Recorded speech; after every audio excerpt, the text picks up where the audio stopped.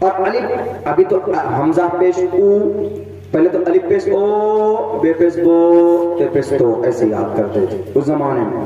یاد نہیں ہوتا تو مجھے یاد ہے آج بھی کہ امی بہت مارتی تھی، کھانا نہیں دیتی تھی. مغرب بعد آیا تو بس میرے لیے ایسا لگتا تھا جسے جہنم کا دروازہ کھل گیا. سونی پاؤ ٹینشن. اس وقت مغرب کے فوراً بعد امی کہتی تھی سالیم پڑھنے بیٹھو. بیٹھتے تھے، رٹتے تھے، الف پیش او بے پیش بو کے وجہ بے پیش سو بول دیتے تھے. امی اسی پہ مارتی تھی. روتے تھے، سوچتے تھے ابا آئیں گے مارکیٹ سے کچھ چاکلیٹ لے کر آئیں گے اور وہ امی کو ڈانٹیں گے تو میں خوش ہو جاؤں گا. ایسا مزاج بنا ہوا ہوتا بچے کا. اور ابا آتے بولتے کیا سبق سنایا اس نے؟ نہیں سنایا، اس کا کھانا بند کر دے، باہر کر دے سے گیٹ سے باہر. تب دل میں آتا تھا یہ ان سے بڑے دجال ہیں. لیکن محنت تھی ان کی سختی میں. وہ ہمارے لیے جو کر رہے تھے آج یہاں پر ہیں، آپ کے سامنے کچھ بول پا رہے ہیں، انہی کی محنت ہے. اسی لیے کہا گیا دیکھیں پنڈت دیانند سرسوتی نے بہت اچھی بات کی. پنڈت دیانند سرسوتی اسلام کا مخالف ہے وہ پورا، لیکن بہت اچھی بات کہی انہوں نے اپنی کتاب ستیار پرکاش کا. یہ منتر ہے ماترمان پترمان چاریاوان. پہلے ماں کی محنت ہوتی ہے، ماترمان پترمان، پھر پتا کی محنت ہوتی ہے، باپ کی. چاریاوان، لیکن جب بچہ ماں باپ سے الگ ہو کر کسی اسکول میں کسی مدرسے میں جاتا ہے چاریاوان، تو وہاں پر کس کی محنت ہوتی ہے؟ استاذ کی محنت ہوتی ہے. چاریاوان. جب ان تینوں آدمیوں کی محنت ملتی ہے تو پرشو ویدہ، تو ایک ایسا پرش بنتا ہے جو گیانی ہوتا ہے. جب استاذ کی محنت ہوتی ہے تو وہ حافظ بنتا ہے، قاری بنتا ہے، عالم دین بنتا ہے، ماسٹر بنتا ہے، ٹیچر بنتا ہے، پروفیسر بنتا ہے، انجینئر بنتا ہے، ڈاکٹر بنتا ہے. اسی لیے کہا کہ ماترمان پترمان چاریاوان پرشو ویدہ. ان تینوں کی محنت سے ایک مہان انسان پیدا ہوتا ہے. بڑی خوبصورت بات تھی. اور اخیر میں ایک بات اور بھی کہی انہوں نے، پرشو ویدہ پرشستا دھارمکی ودیتی یسسا ماسمگمہ. اور سنو لوگوں، دنیا والوں، جس کے ماں باپ دھارمک ہو، جس کے ماں باپ اپنے مذہب کے مطابق اپنے بچے کی پرورش کرتا ہو، اپنی شریعت کے مطابق اپنے بچے کی تربیت کرتا ہو، وہ انسان بڑا خوش نصیب ہے. کیونکہ ماں باپ دھارمک ہوں گے تو بچے کو اپنے دھرم کے حساب سے اس کو گائیڈ لائن کرے گا وہ. اس لیے کہ اللہ کے نبی کا فرمان ہے کل مولود یولد علی فطرت الاسلام کان ابواہ یحودانہ او ینجسانہ او یمسحانہ. اللہ کے نبی علیہ السلام فرماتے ہیں کہ بچہ جب ماں کے پیٹ سے نکلتا ہے تو وہ اسلام کی کیپیسٹی مسلم بن کر نکلتا، وہ اسلام بن کر نکلتا، اسلام کی کیپیسٹی اندر میں ہوتی، توحید پرست ہوتا ہے. لیکن وہ جس گھر میں آ کر کھولتا ہے، اگر اس کا باپ صبح فجر کے بعد قرآن کی تلاوت کرتا ہے تو وہ بچے کے کان میں قرآن کی آواز پڑتی ہے تو اللہ والا بن کر نکلے گا وہ بچہ. لیکن اگر وہیں پر بھجن پڑھنے والا ہو، کوئی گایتری منتر پڑھنے والا ہو، یا کوئی ہنومان چالیسا پڑھنے والا ہو، جے ہنومان گیان گن ساگر جے کپیستے ہلو کو اجاگر رام دوت اتلت بلداما انجنی پتر پون ستناما کنچن مرندراج سبیشا کانن کندل کنچت کیشا. اگر یہ کوئی پڑھنے والا ہے تو پھر وہی بھجن پڑھنے والا ہوگا. اگر کوئی بائبل پڑھنے والا ہے تو بائبل کی آواز اس کے کانوں میں پہنچے گی تو وہ کرسچن بنے گا. اگر کوئی گرو نانک کی کتاب پڑھنے والا ہے، اگر وہ مول منتر کو پڑھتا ہے تو مول منتر پڑھنے والا ویسا ہی وہ سکھ بن کر پیدا ہوگا. اس لیے انہوں نے کہا کہ دھارمک اعتبار سے اگر کسی کا ماں باپ اس کی تربیت کرے تو وہ بڑی اچھی بات ہے. اس نے سب دھرم کی ترجمانی کی، کسی کی برائی نہیں کی. یعنی ماں باپ کا دھارمک ہونا اس بچے کے لیے اچھا ہے، اس بچے کے لیے بہتر ہے. دھارمک ہونا، دھارمک اپنے دھرم کے حساب سے بچے کی پرورش ہوگی اور بچے کی تربیت ہوتی رہے گی. اسی لیے اللہ کے نبی نے یہ بھی فرمایا اگر کسی گھر میں 2 بیٹی ہو، اگر کسی گھر میں 3 بیٹی ہو یا 2 بیٹی ہو اور باپ نے صحیح تربیت کی تو کل قیامت میں مرنے کے بعد میرے ساتھ وہ شخص ایسے کھڑا ہوگا، ایسے صحیح تربیت کرنے کی وجہ سے. صحیح تربیت مطلب اس کا مزاج دھارمک بنایا ہو اور صحیح طریقے پر رب کی فرما برداری کرتی ہو تو وہ انسان، وہ شخص 3 بیٹی کا باپ یا 2 بیٹی کا باپ ہے گھر کے اندر. آج بیٹیاں ہیں تو ہم لوگ پریشان ہو جاتے ہیں. میرے بھائی پریشان ہونے کی ضرورت نہیں ہے. ہمیں اللہ تبارک و تعالیٰ نے نبی کے ذریعے سے جو کہا کہ لوگوں اگر تمہارے گھر کے اندر بیٹی ہے تو اس کا احترام کرو.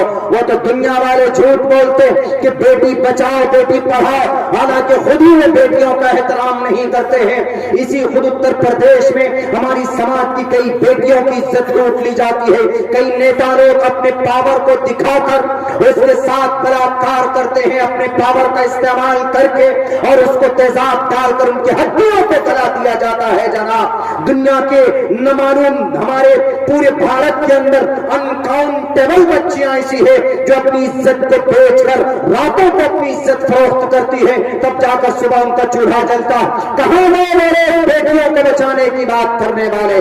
کیا نہیں بتایا ایشور نے کہا، صاف لفظوں میں کہا کہ جہاں پر ناری ہوتی ہے، جہاں پر بیٹی ہوتی ہے وہاں پر ایشور پرورش، وہاں پر ایشور نازل ہوتے ہیں، ایشور آتے ہیں. جس گھر کے اندر بیٹی ہوتی ہے اس گھر کے اندر ایشور آتا ہے. جس گھر میں ناری ناری ناری پوجنتے رمنتے تتر دیوتا، جس گھر میں ناری ہوتی ہے اس گھر میں ایشور آتے ہیں. یعنی جس گھر میں بیٹی کی عزت ہوتی ہے پوجنتے رمنتے، جس گھر میں بیٹی کی پوجا ہوتی ہے یعنی جس گھر میں بیٹی کا سمان ہوتا ہے اس گھر کے اندر ایشور باس کرتے. جس گھر میں بیٹی کی عزت نہیں ہوتی اس گھر کے اندر ایشور نہیں آتے، پرماتما نہیں آتے. ہمارے پورے بھارت میں کتنی بیٹیوں کی عزت لوٹی ہے نیتاؤں نے، کتنی بیٹیوں کی عزت دفن کر دی ہے ان بڑے بڑے خرم خان نے. پوچھے گئے اس دھرتی کے اوپر ایشور کیسے آئے گا، کیسے ایشور کا واس ہوگا، کیسے پرماتما کا کرپا یہاں پر ہو سکتا ہے جب تمہاری زبان میں کچھ اور تمہاری پرسنل لائف کے اندر ڈارک لائف میں کچھ اور چلتا. اللہ کے نبی علیہ السلام نے کہا، وہ عزت دی اللہ کے نبی نے اپنی بیٹیوں کو. آپ نے 11 شادی اس لیے کی تھی چونکہ آپ کی ایک بیوی، آپ علیہ الصلوۃ والسلام کی صرف ایک بیوی کماری، باقی ساری بیویاں 10 بیویاں آپ نے بیواؤں سے آپ نے شادی کی. ان کا سہارا اجڑ چکا تھا، کوئی دست شفقت نہیں تھا ان کے سر پر، تو اللہ کے نبی نے شادی کر کے ان کو قریب کیا. کیا تمہارا کوئی رہبر بنے، تمہارا کوئی سہارا بنے. صرف نام لینے سے کام نہیں چلے گا، بلکہ زبان سے جو بولتے ہیں پریکٹیکلی زمین پر وہ دکھنا بھی چاہیے. تو اللہ کے نبی علیہ الصلوۃ والسلام بڑا ادھر میٹر چلا گیا، سوشل میں چلے گئے ہم. تو اللہ کے نبی علیہ الصلوۃ والسلام مرنے کے بعد بھی کامیاب، جس نے اپنے قوم کو بچانے کی کوشش کی ہو مرنے کے بعد بھی. ابھی اخیر میں مدرسے کے اوپر آؤں گا. مدرسے کے پڑھانے والا پر کچھ اعتراضات ہوتے ہیں، میں اس پر بھی ایکسپلین کروں گا. تو کیا کہا نبی پاک علیہ السلام کے بارے میں کہ آپ علیہ الصلوۃ والسلام دنیا میں بھی قوم کو بچایا، مرنے کے بعد دنیا میں کیسے بچایا؟ بیک وقت اس قوم کو ہلاک نہیں کیا. ہم بھلے ہی نماز نہ پڑھیں، روزہ نہ رکھیں، گناہ کریں، شرک کریں، زنا کریں، گناہ ہے، کبیرہ گناہ ہے، پرمیشن نہیں ہے، لیکن اگر کوئی کرتا ہے تو اللہ تبارک و تعالیٰ اس کو ہلاک نہیں کرتا، اس پورے گاؤں والے کو تباہ نہیں کرتا. ہم نے راجستھان کے اندر دیکھا ایک گاؤں ہے، 18 لوگ رہتے ہیں، وہ کافر ہیں ایک طرح سے سمجھیے، اپنی جہالت کی وجہ سے کافر ہے. کیوں؟ اس گاؤں کے اندر میں کوئی پڑھنے پڑھانے والا نہیں، بتانے والا نہیں، تو ان کا عقیدہ غلط ہے، سب کچھ ہے، لیکن پورے گاؤں والے کو اللہ نے بچایا، پورے گاؤں والے کو اللہ نے تباہ نہیں کیا. غلطی ان کی یہ تھی کہ اس گاؤں کے اندر میں کوئی مسجد نہیں، کوئی مکتب نہیں، کوئی مدرسہ نہیں تھا. ہم نے جا کر کے پوچھا کہ یہ قرآن کے پاس تم نے گنیش جی کو کیوں رکھا؟ گنیش جی کی مورتی کی؟ بولے گنیش جی ہے یہ آخری نبی محمد رسول اللہ. ہم نے کہا کیسے؟ بولے یہ قرآن انہیں پر نازل ہوا، ہم کو یہ بتایا گیا، وہ یہ بتائیے. ایسا عقیدہ رکھنے کے باوجود بھی اللہ نے ان کو زندہ رکھا. منا پہلے قوم کو نہیں مانتے، بنی اسرائیل کے اوپر تو عذاب سامنے آ جاتا تھا. تم نے کیوں نافرمانی کی؟ تم نے کیوں نافرمانی کی؟ جب دیکھتا تھا کہ بالکل پہاڑ سر پر کہتے ہیں اللہ بس معاف کر دیجئے، اس کو ٹال دیجئے، اب سے نہیں کریں گے ایسا. پھر عذاب ٹل جاتا تھا، وہ پھر ویسے شروع ہو جاتے تھے، بات پر پکڑ ہو جاتی تھی. لیکن یہ قوم، اس قوم کو اللہ تبارک و تعالیٰ نے دنیا میں کہیں پر ہلاک نہیں کیا. ان ون ٹائم کن کی وجہ سے؟ محمد رسول اللہ کی وجہ سے۔ اب آخرت میں ہر انسان نفسی نفسی کے عالم میں ہوگا، اپنے اپنے اعمال کے حساب سے پسینے میں ڈوبا ہوا ہوگا۔ اما عائشہ نے پوچھا ایک مرتبہ کیا عالم ہوگا؟ اللہ کے نبی نے پوچھا کہ عائشہ کل قیامت میں مرنے کے بعد آدمی ننگا سر کے بل رب کے پاس پہنچے گا، اللہ تبارک و تعالی کے سامنے حاضر ہوگا اور اپنے کیے کا حساب دینا ہوگا۔ اما عائشہ نے پوچھا کہ اللہ کے نبی ننگے برانا نیوڈ وداؤٹ کپڑے کہ کیسے شرم نہیں آئے گی، ایک دوسرے کو نہیں دیکھیں گے وہاں پر؟ تو اللہ کے نبی نے فرمایا کہ عائشہ معاملہ وہاں پر اتنا سخت ہوگا، حالات اتنے خراب ہوں گے وہاں کے کہ انسان ایک دوسرے کو دیکھنا تو دور کی بات، انسان اپنے پیر کی انگلی کو نہیں دیکھ پائے گا۔ ایسے ماحول میں پریشان ہوں گے سب، پوری قوم، سارے لوگ مل کر کہاں جائیں؟ اس پریشانی سے کیسے بچیں؟ اس ہولناک منظر سے کیسے چھٹکارا ملے؟ تو سب جائیں گے آدم کے پاس۔ آدم کہیں گے وَيَقُولُ آدم صفی اللہ یوم القیامہ یا ربی نفسی نفسی، اے قوم کے لوگوں میں کچھ نہیں کر سکتا، مجھ سے بھی غلطی ہوئی ہے، اگر رب نے پوچھ لیا تو میں کیا جواب دوں گا؟ یا ربی نفسی نفسی۔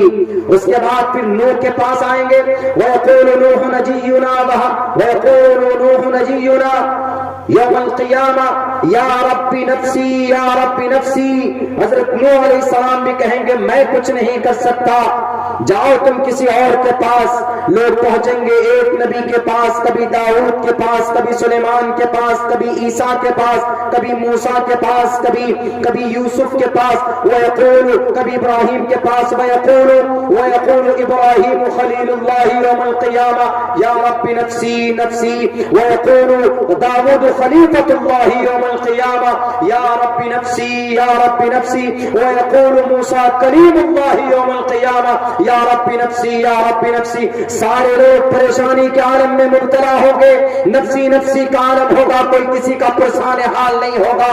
اگر ماں کے سامنے بیٹا آ جائے، ماں کو ایک نیکی کی ضرورت پڑے گی اور ماں اپنے بیٹے سے کہے گی کہ بیٹا میں نے اپنے چھاتی پر لگا کر تم کو 1 سال تک میں نے دودھ پلایا ہے، تم کو میں تیری ماں ہو، 9 مہینے تک پیٹ میں رکھا ہے، بس مجھے ایک نیکی کی ضرورت ہے، مجھے ایک نیکی دے دے، میں جنت چلی جاؤں گی۔ بیٹا منہ پھیر کر بھاگ جائے گا۔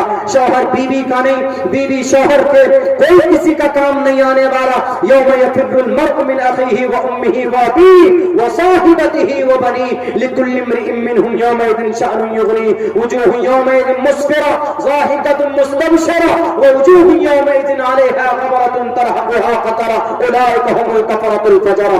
لیکن وہاں پر اگر ایک طرف سے کوئی آواز آ رہی ہوگی اپنی قوم کو بچانے کی، وَيَقُولُ رَسُولُنَا وَنَبِيُّنَا وَهَادِيُّنَا شَفِيعُنَا مُحَمَّدٌ صلی اللہ علیہ وسلم یوم القیامہ یا رب امتی یا رب امتی۔ اس وقت مرنے کے بعد بھی اگر کوئی سفارش کرے گا جنت میں بھیجنے کے لیے تو وہ آقا انعامدار نبی پاک علیہ الصلوۃ والسلام کی ذات اقدس ہو کے مرنے کے بعد بھی، دنیا میں بھی اور مرنے کے بعد بھی۔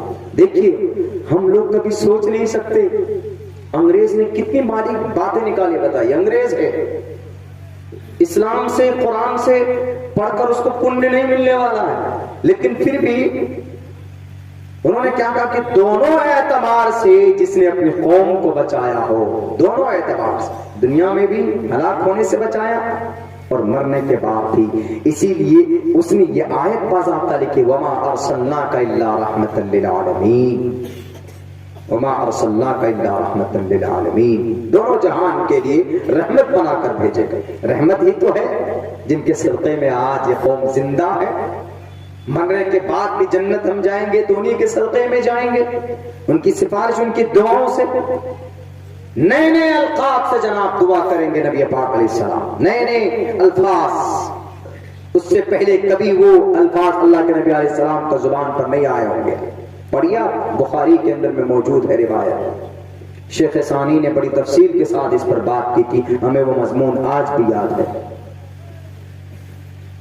میرے بھائیوں جب دوسروں کو اتنی محبت ہے ہمارے قرآن سے، ہماری شریعت نبی پاک علیہ الصلوۃ والسلام کی ذات اقدس سے، ہمیں کیوں نہیں ہے؟ ہم کیوں نہیں کرتے؟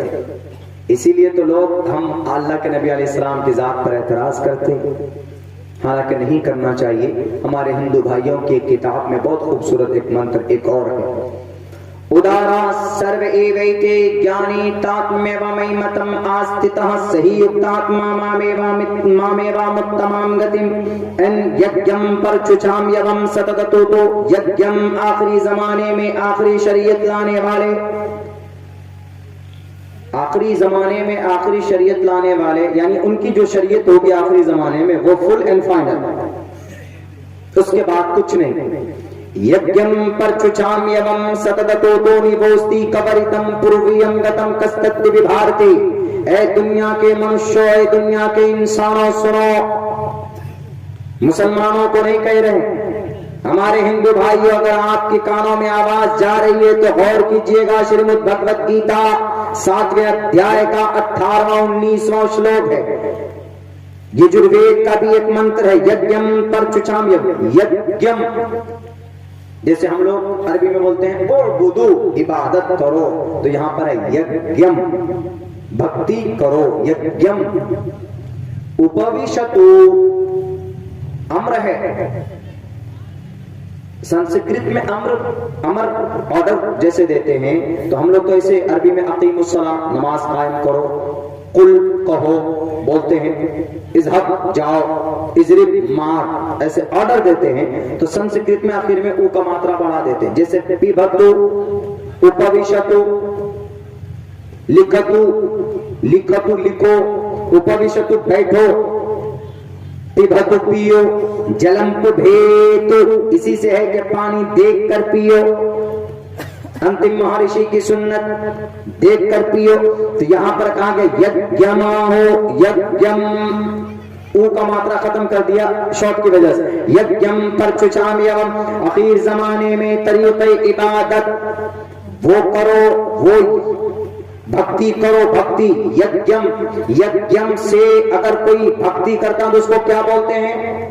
ہمارے یہاں عربی میں کیا بولیں گے اس کو؟ ہمارے یہاں اردو میں کیا بولیں گے؟ عبادت گزار، متقی، جو اللہ کی عبادت کرتا ہے، عبادت گزار متقی بولتے ہیں اس کو، لیکن سنسکرت میں بولتے ہیں اس کو یوگی، اور کوئی یوگی نہیں سمجھے گا، یہاں یوگی سے مراد ایشور کی بھکتی کرنے والا یوگی، یجم یوگ کرو ایشور کی، یجم ہمارے یہاں بہت ہوتا تھا کہ وہ آتے تھے، وہ ہم لوگ دیکھ کر کے، ان کے کپڑے الگ ہوتے ہیں، ان کے یونیفارم الگ ہوتے ہیں، پیلے رنگ کا ہوتا ہے، تو دیکھ کر کے ہم بولتے تھے یہ دیکھو یوگی جی آ گئے، یوگی جی آ گئے، یعنی یہ ایشور کی بھکتی کرنے والے آ گئے۔ جیسے ہمارے یہاں بھی ایسا ہوتا ہے نا کہ جو فقیر لوگ ہوتے ہیں، درویش لوگ ہوتے ہیں، بس ایک ہاتھ میں ڈنڈر اٹھا کے گٹھی اٹھا کر چلے جاتے مانگنے کے لیے، تو یہ اس زمانے میں سمجھا جاتا تھا اللہ کے بزرگ ہیں، اللہ کے نیک بندے ہیں، ایسا سمجھتے تھے۔ ویسے سیم یجم پرچچامیوم، یوگی بنو ایشور کے، ایشور کی آخری سمویدھان، آخری قانون بتانے والے جو آئیں گے ان کو ماننا، محمد الرسول اللہ آخری طریقہ عبادت ہم لوگوں کو بتا کر کے گئے۔ اللہ کے نبی علیہ السلام اس دنیا میں آئے اور آپ علیہ السلام نے ایک میسج دیا حضرت انس کو کہ اے انس، حضرت انس نے پوچھا اللہ کے نبی سے، اللہ کے نبی آپ اس دنیا سے جب چلے جائیں گے، اس دھرتی سے جب چلے جائیں گے، آپ آخری نبی ہیں، آخری طریقہ عبادت بھی آپ نے بتا دیا ہے، لیکن اس آخری طریقہ عبادت کو لوگوں کے بیچ میں کون پہنچائے گا؟ یہ تو آپ کی ذمہ داری تھی، صحابہ بھی ختم ہو جائیں گے، لیکن آپ کے بعد کس کی باری آتی ہے؟ آپ کے بعد اس پیغام کو لوگوں تک کون پہنچائے گا؟ میرے بھائیو، اللہ کے نبی علیہ السلام نے کہا گھبراؤ مت، میرے پیغام کو، میرے بات، میری زندگی کو لوگوں کے سامنے میں اگر کوئی پیش کرے گا، لوگوں کے سامنے میں اگر اس کا کنوے کرے گا، اس میسج کو لے کر جائے گا، اس کا ایکسپلینیشن کرے گا، تو وہ ہمارے قوم کی، ہمارے مذہب کی، جو ہمارے علماء ہیں وہ اس کام کو کریں گے۔ ان العلماء ورثۃ الانبیاء، ان العلماء ورثۃ الانبیاء، کہ انبیاء کے جو وارث اس دھرتی پہ علماء کرام، یہ وہ علماء اس کام کو کریں گے۔ اور علماء جو ہیں اس زمین پر، یہ وارثین انبیاء، جتنا ہو سکے احترام کیجئے، حفاظ کا، قراء کا، عالم دین کا، لوگ اعتراض کریں، کرنے دیجئے، ابھی ان کا ایک اعتراض اور قرآن پر ہے، نئے ماڈرن اعتراض سے میں اس کا جواب بھی دوں گا ابھی، لیکن نبی کی زندگی پر جب انہوں نے ٹپنی کی ایسے کہ آپ کے نبی 1450 سال پہلے والوں کے لیے آج کے لیے نہیں، تو آپ 2 قدم آگے بڑھ کر ان سے یہ بھی پوچھ سکتے ہیں کہ اے لوگوں بتاؤ تم کو نبی کی زندگی میں کیا چاہیے؟ تو ایک آدمی نے کہا کہ مولانا عبداللہ آپ کے نبی صاحب محمد رسول اللہ صلی اللہ علیہ وسلم کو نبوت کب ملی؟ 40 سال میں، لیکن 40 سال سے پہلے میرا لڑکا 20 سال کا ہے، میرا لڑکا 20 سال کا ہے، آپ کیا کرے گا وہ بتائیے؟ آپ کے نبی کی زندگی کی شروعات ہی تو 40 سال سے، نبی 40 سال سے بنے گا، نبی نبوت کے بعد کی زندگی نہ رول ماڈل ہے ہمارے لیے، نبوت سے پہلے کیا کریں؟ نبی پاک علیہ السلام کی زندگی۔ میرے بھائیوں، وہی کرسچن رائٹر نے بھی اس سوال کا جواب دیا، بہت خوبصورت کتاب ہے، وہ پڑھیے اگر آپ کو ملتی ہے وہ کتاب، The 100 نام ہے اس کتاب کا، The 100 مل جائے شاید، پوچھ لیجئے گا صدر صاحب سے، ان کو پتا ہونی چاہیے۔ The 100 وہ ایچ ہارٹ کی کتاب ہے لکھی ہوئی، انگریز رائٹر، فرانس کا ہے وہ کرسچن رائٹر، اس نے کتاب لکھی۔ انہوں نے کہا کہ محمد ہی وہ شخص ہیں، نبوت کے بعد تو ہے ہی ان کی زندگی اوپن، لیکن نبوت سے پہلے بھی انہوں نے کہا کہ میرا بیٹا ہے 20 سال کا، میں اپنے بیٹے کو تاجر بنانا چاہتا ہوں، کیسے بناؤں گا؟ نبی پاک علیہ السلام تو نبوت کے بعد وحی دی گئی، احکامات دیے گئے کہ تجارت کیسے کرنا ہے، کیسے قوم کو آگے بڑھانا، ایمانداری کیسے کرنی، لیکن آپ کے نبی، ہمارا بیٹا 20 سال کا ہے، کیسے آپ کے نبی کی زندگی کو فالو کر سکتا؟ اللہ کے نبی علیہ السلام 40 سال کے بعد کی زندگی صرف ہمارے لیے رول ماڈل نہیں ہے، بلکہ 40 سال سے پہلے بھی، آپ 10 سال سے، آپ بچپن سے لے لیجئے جناب، بچپن سے لے کر جوانی تک، 20 سال کی عمر تک، 20 سال سے لے کر 40 سال کی عمر تک، اللہ کے نبی علیہ السلام کی زندگی کے اندر ایک انقلاب ہے۔ اس شخص نے ہم سے پوچھا، ہم نے کہا کہ ارے شاید آپ بھول چکے ہو، محمد رسول اللہ تاجر، آپ اپنے بیٹے کو تجارت میں تاجر بنانا چاہتے ہو، you want to be your son and great economic person، آپ اپنے بیٹے کے بارے میں چاہتے ہو کہ آپ کا بیٹا سچا ایماندار بنے اور سچا تاجر بنے، تو کیسے؟ انہوں نے کہا کہ مولانا میں اپنے بیٹے کو یہ اڈانی صاحب کی زندگی بتانا چاہتا ہوں، چونکہ بھارت کا ہمارے اڈانی صاحب بڑے مالدار اور بہت بڑا تاجر بزنس مین ہے، یہ امبانی ہے، مکیش امبانی، انل امبانی، بھاگنے والے وجے مالیا، نیرج چوکسی، کون فنا، یہ ٹاٹا برلا، یہ جتنے بھی لوگ ہیں یہ سب بڑے تاجر ہیں، ہم ان کی زندگی اگر اپنے بیٹے کو پڑھائیں گے، سکھائیں گے تو ہمارا بیٹا بڑا تاجر بنے گا۔ ہم نے کہا کہ ان لوگوں کی زندگی دیکھ کر تم اپنے بیٹے کو تاجر بنا سکتے ہو، لیکن ایماندار تاجر تم نہیں بنا سکتے۔ ایماندار تاجر اگر کوئی بن سکتا ہے تو محمد رسول اللہ کی زندگی کو دیکھ کر ہی بن سکتا ہے۔ 20 سال کی عمر میں محمد رسول اللہ دنیا کے سکسیسفل اکنامک پرسن تھے۔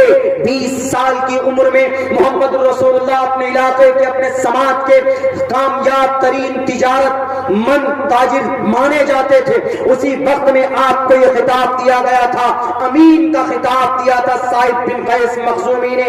آپ کے پاس بہت پیسے نہیں ہوتے تھے، آپ قرض پیسے لیتے تھے صاحب بن قیس سے اور تجارت کرتے تھے، اس کے بعد ایک روپے جوڑ کر اس صاحب بن قیس کو واپس کرتے تھے۔ اس صاحب بن قیس المخزومی نے کہا کہ محمد ابن عبداللہ تم تجارت کی دنیا میں امین ہو، یہ خطاب ایسے نہیں ملتا تھا۔ تجارت کی دنیا میں الامین ہو تم، الامین التجارہ، اور الامین تجارت کی دنیا میں جھوٹ کہیں سے کہیں تک نہیں ہے، اے محمد تم ہو۔ اور امین کا خطاب ایک یہودی نے محمد رسول اللہ کو بتایا تھا، تب سے آپ فیمس ہو گئے۔ تجارت میں آج اس کو کامیاب مانا جاتا ہے جو پیسے دے کر کسی مارکیٹ کو خرید لیتے ہیں، کسی بزنس کو خرید لیتے ہیں، اوورٹیک کرتے ہیں جناب، یہ خرید لو وہ خرید لو، جو جتنی قیمت لگائے گا، جو جتنا جھوٹ بولے گا اتنا بڑا لیڈر مانا جاتا ہے، جو جتنا فروغ کرے گا وہ اتنا بڑا سماج میں شارپ مائنڈ مانا جاتا ہے، جو جتنی تجارت کی فیلڈ میں جھوٹ بولے پروڈکٹ ہے ڈیمیج ہے لیکن خوبصورت، اس میں یہ چیز ہے، اس میں یہ فیچر ہے، اس میں یہ فیچر ہے، اس میں یہ مال ہے، اس میں یہ فائدہ ہے، یہ فائدہ ہے، چرب زبانی کی وجہ سے اس کی خامیوں کو چھپا کر اس کے جو اچھائی نہیں ہے وہ بھی لوگوں کے سامنے رکھتے ہیں اور لوگوں کے سامنے اپنے مال کو فروخت کرتے ہیں۔ یہ جھوٹ اور یہ فراڈ ہے۔ اللہ کے نبی کا واقعہ یاد کرے دنیا والے، تم بن سکتے ہو تاجر لیکن امانت دار تاجر نہیں بن سکتے، تم بن سکتے ہو دنیا کا گریٹ اکنامک پرسن لیکن آج سامنے والوں کو دھوکے سے بچانا اور پیور مال دینا اگر یہ کسی کی صفت رہی ہے تو نبی پاک علیہ السلام کی صفت رہی ہے۔ آپ علیہ السلام ایک مرتبہ 20 اونٹ لے کر اپنے غلام کو بھیجا، جاؤ بیچو، گئے بیچنے، اس میں سے ایک اونٹ لنگڑا تھا، تو آپ نے یوں کہا کہ یہ جو 20 اونٹ ہے ہر ایک اونٹ کی قیمت 1 لاکھ، سمجھانے کے لیے قیمت طے کر رہا ہوں، لیکن جو ایک اونٹ ہے نا وہ لنگڑا ہے تو اس کا 50,000، تو 19.5 لاکھ روپے لے کر آؤ گئے، لیکن بتا دینا جو بھی گاہک کو بتا دینا کہ یہ اونٹ لنگڑا ہے، اس میں کمی ہے، بتا دینا اور کہنا کہ اس کی قیمت 50,000 روپے ہے۔ تجارت میں ہمیں یہ اپلائی کرنا چاہیے، یہ عمل کرنا چاہیے۔ اگر کوئی تجارت کرتا ہے تو آپ اگر کوئی مال ڈیمیج ہے تو اس کو کسٹمر کو بتا دیجئے کہ اس میں یہ پرابلم ہے، یہ خرابی، جھوٹ مت بولو ورنہ آپ کا سارا منافع آپ کا بیکار ہو جائے گا۔ تو اللہ کے نبی علیہ السلام نے فوراً آپ علیہ السلام بھیج دیا، آپ کہیں کام سے چلے گئے۔ ایک یمن کا تاجر آیا ہوا تھا، انہوں نے وہ مال خریدے، چلا گیا پوری قیمت میں، وہ کمی بتانا بھول گئے، غلام پورے 20 لاکھ روپے لے لیے، اللہ کے نبی کو دینے گئے۔ ارے یہ 20 لاکھ کیوں، 19.5 لاکھ ہونا چاہیے تھا۔ اے اللہ کے نبی میں بھول گیا، کہا چلو جلدی، گھوڑے نکالے، بیٹھے چلتے رہے۔ کچھ دور جانے کے بعد وہ قافلہ ملا یمن کا کہ آپ نے یہ مال کہاں سے خریدا، یہ اونٹ کہاں سے خریدے؟ اس اونٹ کا تذکرہ 20 اونٹ کا تذکرہ ہندو بھائیوں کی کتاب میں ہے۔ اس طرح یس پرواہی جو ودو من تو دیویر دشور شمارتش دیوی جھیڑتے دیوی سمانا اپس پروش ودھو من تو 20 اونٹنیاں ان کے پاس۔ دیکھیں سیم کتنی اچھی باتیں ہمارے نبی کا عمل سنسکرت میں مینشن کیا گیا، یعنی دنیا کے اور کتنی کتابوں میں مینشن کیا گیا ہوگا، ذکر کیا گیا ہوگا، آپ تصور نہیں کر سکتے۔ تو اللہ کے نبی علیہ السلام نے کہا چلو جلدی سے پہنچے، پہنچنے کے بعد کہا کہ یہ 20 اونٹ کہاں سے خریدے؟ کہا کہ محمد ابن عبداللہ کا مال خریدا ہم نے۔ کہا اچھا محمد ابن عبداللہ کا مال خریدا آپ نے، تو ٹھیک ہے، اس میں جو ایک اونٹ ہے وہ لنگڑا ہے، وہ جا نہیں پائے گا یمن تک، ایک کام کیجیے، جھوٹ بولا، یہ غلطی ہوئی بچے سے، اس نے بتایا نہیں کہ وہ لنگڑا ہے، اسی لیے آپ یہ پیسے 1 لاکھ لیجیے، وہ اونٹ ہم کو دے دیجیے۔ تو پتا وہ یمن کا تاجر کیا کہتا ہے؟ وہ کہتا ہے کہ اللہ کے نبی، یہ اس وقت اللہ کے نبی نہیں بنے تھے، 20 سال کی عمر تھی محمد رسول اللہ کی، کتنے؟ 20 سال۔ آج ہمارا 20 سال کا بچہ سیلفی، ٹک چک حضرت سیلفی، فیس بک پہ ہمارے پہنچنے سے پہلے ہمارے گھر تک پہنچ جاتے ہیں سیلفی، گھر سے فون آتا اگر نہیں بتاتے ہیں محترمہ کو، کہاں کبھی کبھی ٹینشن میں نہیں بتاتے کہاں دور ہے، سیلفی پہنچ جاتا ہے۔ آج تو وہاں پہ تھے نا، آج وہاں پہ تھے، یہ ہمارے نوجوانوں کا بس 20 سال کی عمر میں سیلفی کا نشہ جمع، یا پھر راتوں کو 2 بجے تک how are you madam, I don't like sleepy, I don't like feel sleepy، نیند نہیں آ رہی ہے، پلیز بتاؤ رات میں کیا کھایا؟ انڈا کھایا، کیا کھایا؟ اتنی محبت اللہ سے ہو جائے تو بیڑا پار ہو جائے، جتنی محبت ادھر ادھر خامخواہ ضائع کرتے ہمارے جوان، ہمارے بچے۔ پوچھے گا وَن شَبَابِهِ فِيمَا أَبْلَىٰ، کہاں بتا کر آئے جوانی؟ نماز پڑھتے تھے؟ نہیں پڑھتے، جھوٹ بہت بولتے تھے جی، نبی کی سنت سے پیار نہیں، تب کیا کرو گے میرے بھائیو؟ اس وقت میں میرے نوجوان، آپ اس قوم کی تقدیر ہیں، آپ اس قوم کی، میرے نوجوان جتنے بھی ہیں، پتا چلا ہے کہ پوری جوان کمیٹی نے اس جلسے کو وہ کیا، سارے جوان جڑے، تو دیکھیں کتنا خوبصورت سیرت النبی کے اوپر آپ نے ایک جلسہ قائم کیا۔ پوری بھارت کے، پوری دنیا کے جوان اگر ایک پلیٹ فارم پر آ کر، شریعت کے پلیٹ فارم پر آ کر اگر کام کرے تو میرے بھائیوں دنیا کی سب سے چھوٹی تنظیم، سب سے چھوٹا دھرم کون سا؟ یہودی، سب سے چھوٹا ہے، لیکن اس وقت طاقت کے اعتبار سے اس سے بڑا کوئی دھرم نہیں ہے۔ صدر صاحب کو معلوم ہوگا، ماسٹر صاحب کو، کہ انہوں نے 60 سال میں یہ تبدیلی کی۔ 60 سال پہلے دیکھیں، 18ویں صدی سے لے کر 19ویں صدی تک، 1947 تک پٹتی رہی، لٹتی رہی وہ قوم، سب نے مارا اس کو، لیکن پچھلے 7 سال میں جو تبدیلی آئی ہے اس قوم میں، یونائٹڈ نیشن اقوام متحدہ کا چیئرمین یہودی، کاسمیٹک ہمارے گھر میں مائیں بہنیں جو پروڈکٹ استعمال کرتے ہیں، فیس واش، باڈی لوشن اور جناب وہ میک اپ کے سامان، پورے پاؤڈر، شیمپو، ہم لوگ جو گرمی میں پیتے ہیں، کیا تھمس اپ پیو، پیپسی پیو، کوکا کولا پیو، all things linked by the Judaism، سب کے سب وہیں سے ہے لنک، ٹوٹل سب وہیں سے۔ صرف 60 سال میں اس قوم نے یہ تبدیلی، انقلاب پیدا کیا ہے۔ کس لیے؟ کہ پردھان منتری بنایا انہوں نے اپنے قوم کے لوگوں کو؟ نہیں، راجنیتی سے قوم کے اندر تبدیلی نہیں آتی۔ راجنیتی وہ ایک الگ ملک کے لیے، کنٹری کے لیے ہے، لیکن اگر قوم بھی ترقی کرتی ہے تو ایجوکیشن سے، راشٹر بھی ترقی کرتا ہے تو ایجوکیشن سے، تعلیم سے۔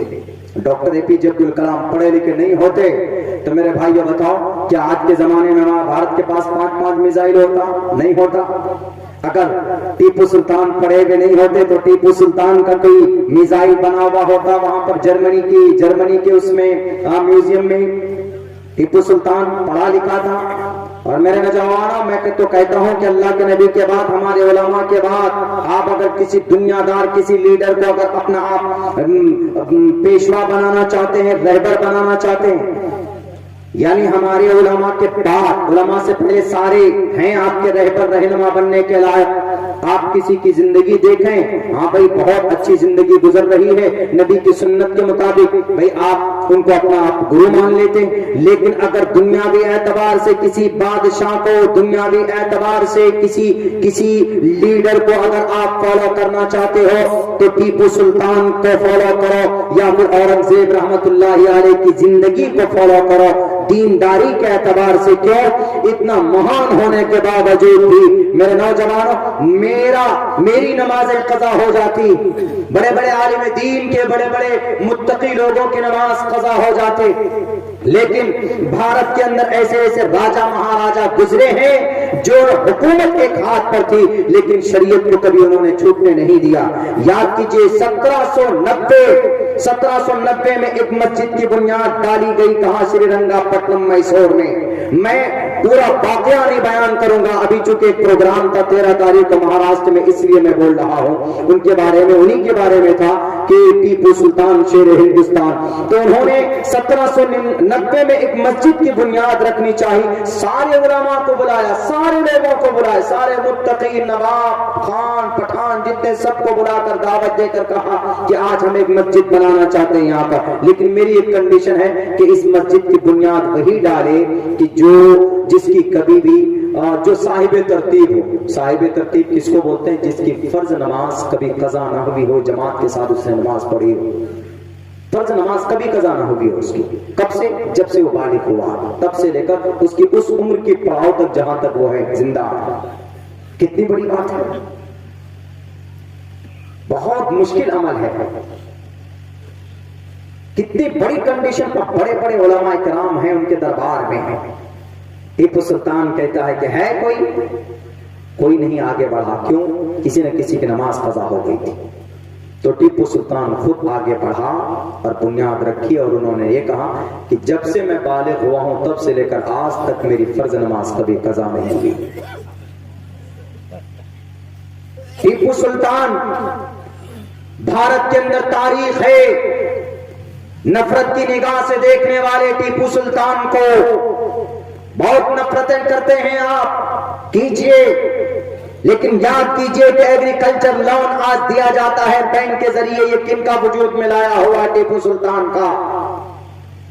اس دیش کو جب بچانا تھا، چندن کی لکڑی بچانی تھی، کرناٹک میسور میں انگریز سے، اور گرم مسالہ، کالی مرچ اور بھی بہت سارے پروڈکٹ جو اس دیش میں وہاں پیدا ہوتے تھے، ان فصلوں کو بچانا تھا انگریز سے۔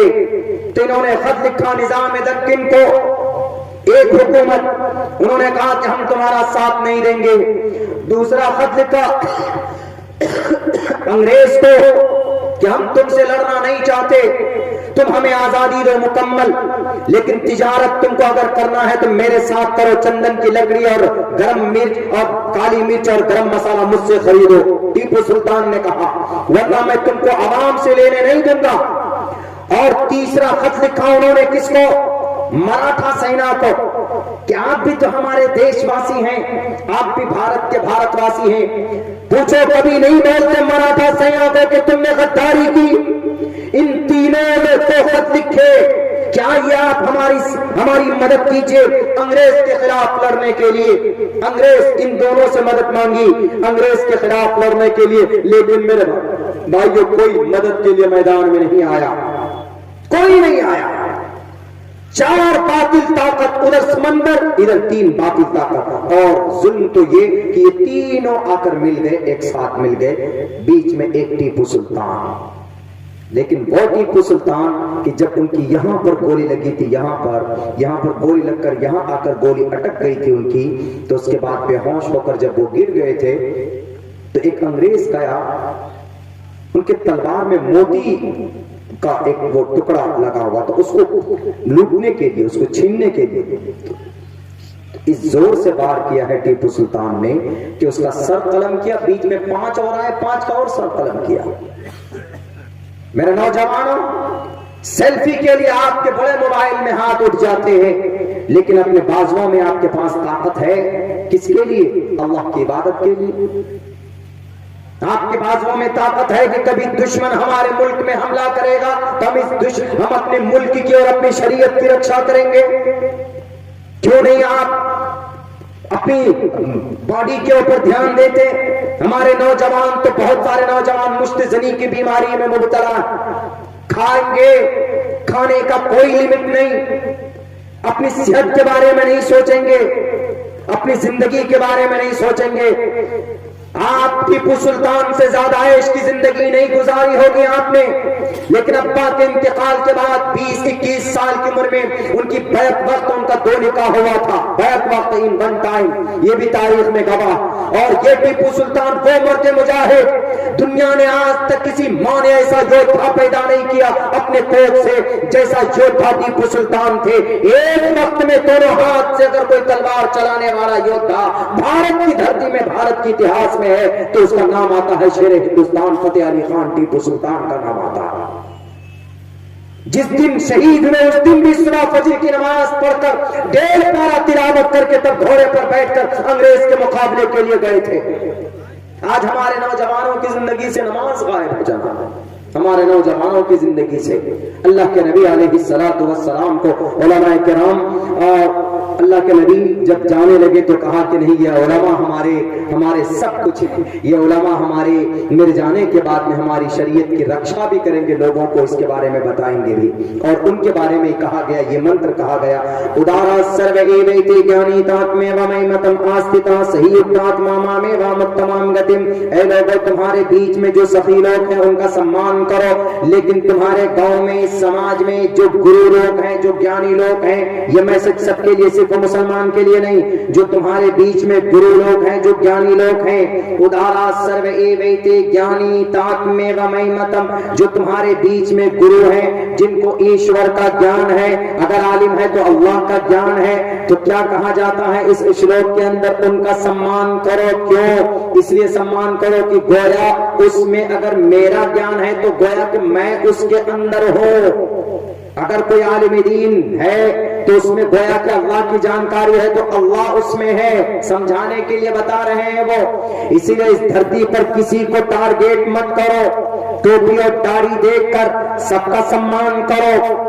یہ نہیں کہ یہاں فقی صاحب ہیں، یہ مؤذن صاحب ہیں تو اس پر حکومت کریں گے، اس کو ڈانٹیں گے، ڈپٹیں گے، بالکل نہیں۔ کل قیامت میں آپ کی گردنیں جھکی ہوئی ہوں گی اور سب سے اونچی گردن کل میدان محشر میں کسی کی ہوگی تو وہ مؤذن رسول کی ہوگی۔ کان اطول الناس اعناقا الی یوم القیامہ، سب سے اونچی گردن گاؤں کے ادیوگپتی کا نہیں ہوگا،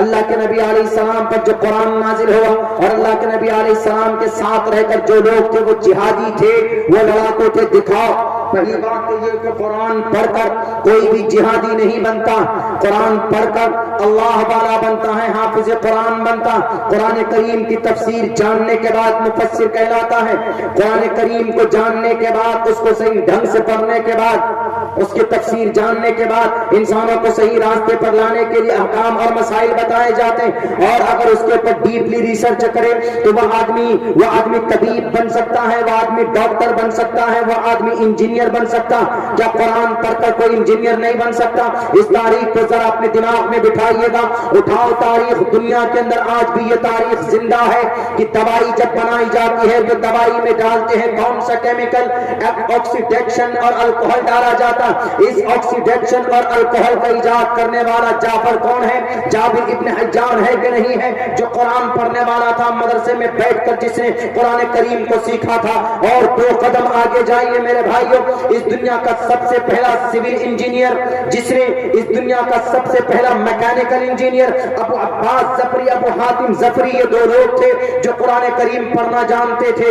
دنیا کا سب سے پہلا سول انجینئر ہے تمہارے نانا نے پیدا کیا سول انجینئر۔ علم الحیل جو میکینیکل انجینئرنگ کے کورس میں یہ کتاب پڑھائی جاتی ہے، دوسرے نام سے پڑھائی جاتی ہے یہ کتاب بھی لکھی ہوئی ہے، تو ایک مدرسے کا پڑھا لکھا طالب علم کی یہ کتاب لکھی ہوئی۔ آیورویدک دوائی کو کس نے کھوج کر کے نکالا؟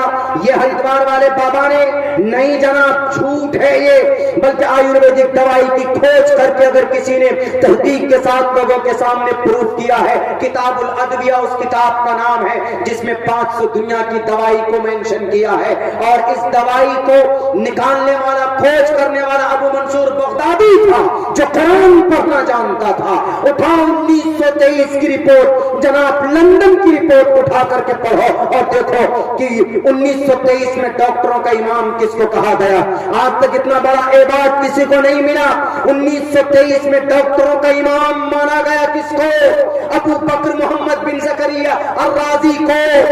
قرآن پڑھنے والا، دنیا والے تمہیں ماننا پڑے گا کہ یہ قرآن صرف عبادت کی کتاب نہیں ہے۔ پوچھو جا کر کہ جب آدمی کو چیچک ہو جائے پورے بدن پہ تو اس کی علاج، اس کی کھوج کس نے کی؟ یہی ابو بکر محمد بن زکریا الرازی نے کی ہے جناب۔ پوچھو یورپ والوں سے کہ یورپ والوں کہ ایم بی بی ایس اور ایم ڈی ڈاکٹر بنتا ہے تو کون سی کتاب پڑھتا؟ سلیبس ہے، اس سلیبس میں کتاب ہے، اس کتاب کا نام ہے القانون۔ M B B S M D doctor میں سب سے مضبوط کتاب یہی پڑھائی جاتی ہے، اور اس کتاب میں زکوٰۃ، حج کے بارے میں نہیں ہے، اس کتاب میں ہے مضمون topic theory and practice of medicine, theory and practice of medicine, یعنی اس میں احکامات، کیسے دوائی کو کب لاگو کرنا ہے اور کس طرح سے اس کو وہ کرنا ہے، امپلیمنٹ کرنا ہے، لوگوں کو دینا ہے، پیشنٹ کو دینا ہے، کب دینا ہے، کیسے اس کو استعمال کرنا ہے، وہ ساری ترتیبیں لکھی۔ اور یہ کتاب القانون نام ہے، اور اس کتاب میں الفاظ کتنے ہیں؟ 10 لاکھ الفاظ ہیں۔ ہمارے پاس جو قرآن ہے 3,22,000 الفاظ ہیں، لیکن اس کتاب میں 10 لاکھ 5 چیپٹر میں ہے، جلدوں میں ہے۔ کہاں ہے؟ London University, Cambridge University, Oxford University, Harvard University. پوچھئے کہ M B B S M D doctor جو بنتا، ان کے طالب علم کو، ان کے اسٹوڈنٹ کو، میڈیکل کے اسٹوڈنٹ کو ان بڑی یونیورسٹی میں جو کتاب پڑھائی جاتی، وہ کتاب کس نے لکھی؟ کسی پروفیسر نے، چائنا کے کسی وائس چانسلر نے یا جرمنی کا کوئی سائنسدان نے اس کو لکھا ہے؟ دنیا والوں اعتراض کرنا ہو کرو تم قرآن پر، لیکن روز روشن کی طرح یہ بات آیا رہے گی۔ جس طریقے سے سورج پر روشنی رہتی ہے، یہ بھی حقیقت مسلم رہے گا۔ کیمبرج یونیورسٹی میں پوچھنا جا کر کہ القانون کتاب لکھنے والا کون؟ القانون کتاب کا رائٹر کون؟ القانون کتاب میں کس ٹاپک سے بات کی گئی ہے؟ اس کے رائٹر کا نام بتاؤ۔ اس کے رائٹر کا نام دیکھو گے القانون کتاب کے ٹائٹل پر تو وہاں پر نام آئے گا شیخ حسین ابن علی سینا، جو 10 سال میں حافظ قرآن بنا تھا۔ حافظ قرآن کی لکھی ہوئی یہ کتاب آج بھی پڑھائی جاتی ہے۔ ابوالقیس ابوبکیس ابوالقاسم کا بگڑا ہوا نام ہے، آپریشن کو ایجاد کرنے والا کوئی لال ہے تو اس کا نام ابوالقاسم الزہراوی ہے، جو آپریشن کے طریقے کو ایجاد کیا ہے، جو قرآن پڑھنا جانتا تھا۔ ان مدرسوں کے اندر دہشت گرد نہیں نکلتے، ان مدرسوں کے اندر سے ابوالقاسم الزہراوی پیدا ہوتا ہے، ان مدرسوں کے اندر ابو بکر محمد بن زکریا غازی پیدا ہوتا ہے، ان مدرسوں کے اندر جابر بن حجان پیدا ہوتا ہے، ان مدرسوں کے اندر جناب خالد بن یزید پیدا ہوتا ہے، ان مدرسوں کے اندر ابو منصور بغدادی پیدا ہوتا ہے، ان مدرسوں کے اندر عمار موصلی پیدا ہوتا ہے۔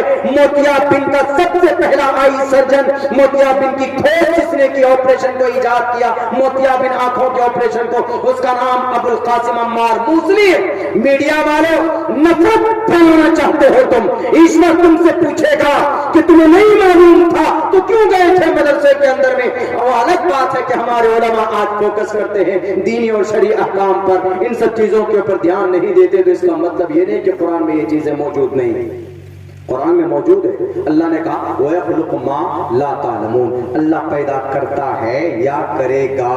یخلق فعل مضارع، فعل مضارع کا مطلب ہوتا ہے کہ یہ پریزنٹ ٹینس اور فیوچر ٹینس دونوں کا معنی بتلاتا ہے۔ یخلق پیدا کرتا ہے یا کرے گا ما ان چیزوں کو جن کو تم نہیں جانتے۔ قرآن صاف لفظوں میں ہمیں کہتا ہے، صاف لفظوں میں واضح طور پر کہتا ہے، اگر آپ کو شک ہو آپ آ کر دیکھیں۔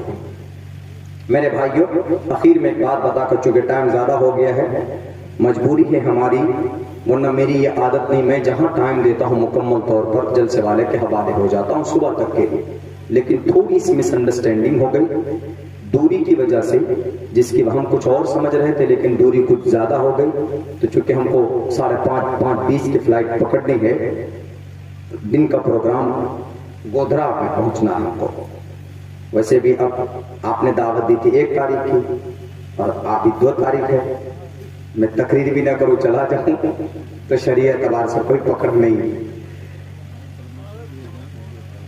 اچھا 2 تاریخ تک کے پر میں، ہاں چلیے، لیکن میری ڈائری میں حضرت 1 تاریخ مینشن ہے، خیر چلیے وہ چلتا ہے ایسا، تو اسی لیے میرے پاس مجبوری بھی ہے، لیکن ایک بات بتا کر جا رہا ہوں، کبھی بھی ڈیمورلائز نہیں ہوئیے گا۔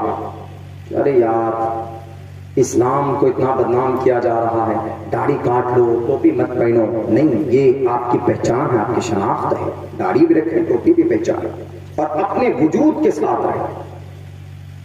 مدرسے میں اگر انگریزی نہیں پڑھایا جاتا ہے تو کیا مدرسے میں تعلیم نہیں ہوتی؟ وہ الگ بات ہے کہ ادھر فوکس نہیں کرتے ہمارے وہ، لیکن اب تو کرتے ہیں۔ لیکن کیا کوئی اگر انگریزی بولے گا تبھی آپ مانو گے کہ this is V I person? I have spent 14 years in a madrasa. I completed my Fazila course from Darul Dewan in 2011 and 12. I am able to give a speech in English language in front of you for the long time. Inshallah, next month I will go to Bangladesh, and at that palace I will give a speech and them in front of them in English language properly, and 3 conferences I will attend. 3 conference کو attend کروں گا، English میں speech دوں گا۔ کون سی بڑی بات ہے English? کوئی بڑی بات نہیں۔ عربی قرآن حدیث کی باریکیوں کو جاننے سے زیادہ کچھ نہیں ہے، یہ تو بہت آسان ہے۔ انگلش 3 مہینے میں کوئی بچہ جائے کنٹینیو بولتا رہے انگلش سیکھ جائے گا۔ انگلش کو بڑے مہان سمجھتے ہیں، بڑے مہان سمجھتے ہیں۔ امریکن ایکسن میں نہیں بول پاؤ گے، آؤ مدرسے کا بچہ امریکن ایکسن میں بتا کر دکھائے گا۔ یہی آپ کے یہیں پر لکھنؤ اس میں راجدھانی میں بیٹھنا تھا، گارڈ نے کہا کہ ملا جی راجدھانی ہے، وہ سوچا کہ ویسے کوئی ہوگا ملا جی راجدھانی میں گھس رہے، ہم نے کہا کہ راجدھانی ہے نا، کوئی برات تو نہیں ہے، انسانی بیٹھتے ہیں نا اس میں۔ بولتا what is your birth number? ہم نے کہا کہ اب تو لگتا ہے کہ مولانا کا چولا اتارنا پڑے گا۔ What is your birth number? Birth number? ہم نے کہا my birth number is 22، please let me go there make away. اس کا آدھا سمجھ میں آدھے نہیں آیا سمجھ میں، مطلب کیا بولے، پھر سے بولیے۔ میں نے کہا my birth number is 22، please let me go there make اوے۔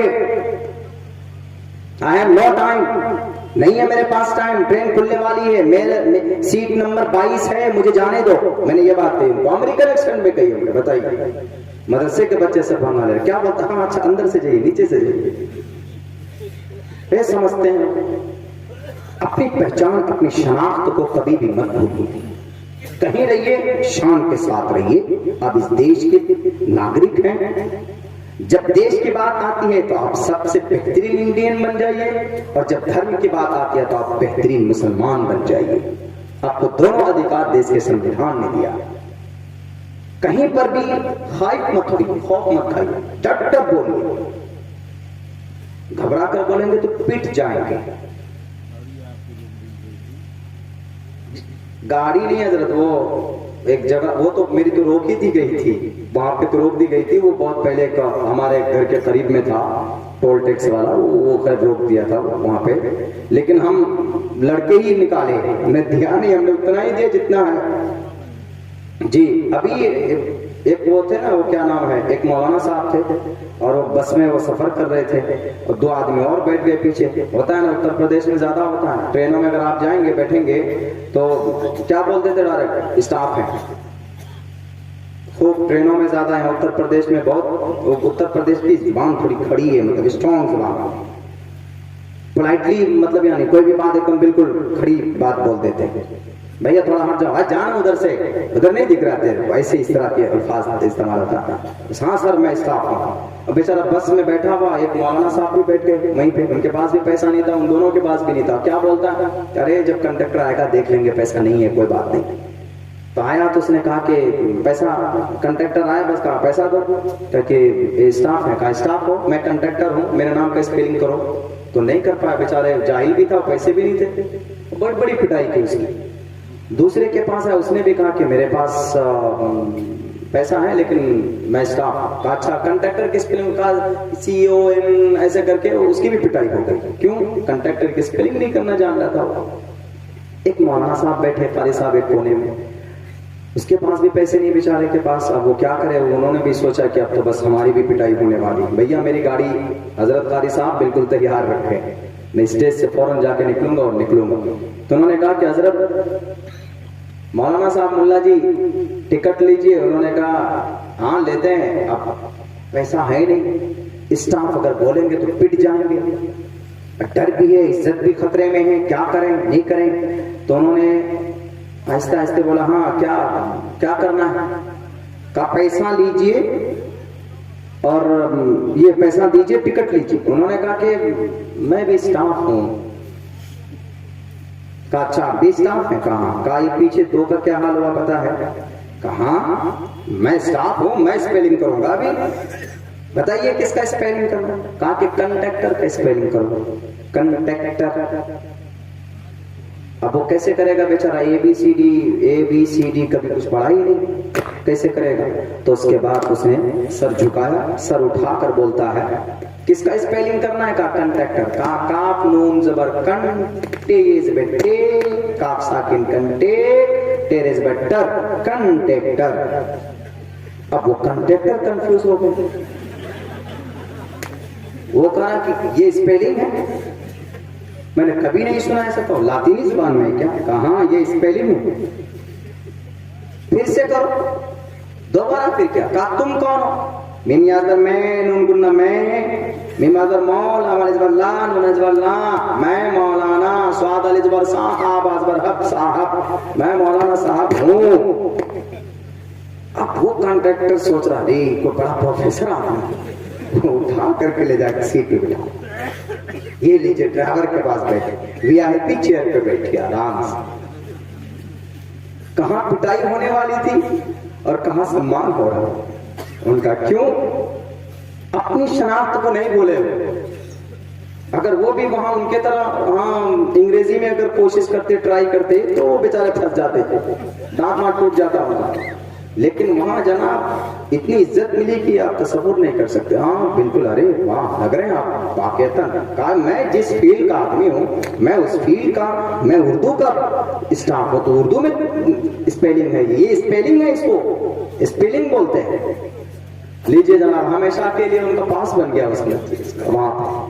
تو یہ اپنی شناخت کہیں پر بھی مت بھولو، جو ہے پراپرلی بات۔ میں کہیں جاتا ہوں راستے واسطے میں تو کہیں انگلش کچھ نہیں بولتا، فلائٹ میں بھی ہے کوئی چیز مانگنا اردو میں، اور لوگ ٹی چلتے ہیں، have some coffee, have some T, have some water, ہم نہیں، میڈم ہم کو چائے چاہیے، میڈم ہم کو پانی چاہیے۔ چونکہ آج کل بہت ہر جگہ پر میڈم ہی نظر بٹھا دیا گیا ہے، اس لیے میڈم کا لفظ استعمال کر رہا ہوں. تو اپنی شناخت کا بات ہے، ٹوپی سر پر رہے، سفر کر رہیے، مسلم دکھے، لیکن ہاں کہیں پر اگر ضرورت پڑ جائے اس کی تو نہیں، کوئی پرابلم نہیں، اس کو ضروری مت سمجھے کہ پہن کر کے ہی رکھنا ہے، لیکن کبھی بھی ڈیمورلائز مت ہوئیے. تو انشاءاللہ تبارک و تعالی اللہ تبارک و تعالی کی مدد شامل حال ہوگی. بہت بہت شکریہ، جزاک اللہ. السلام علیکم ورحمۃ اللہ وبرکاتہ.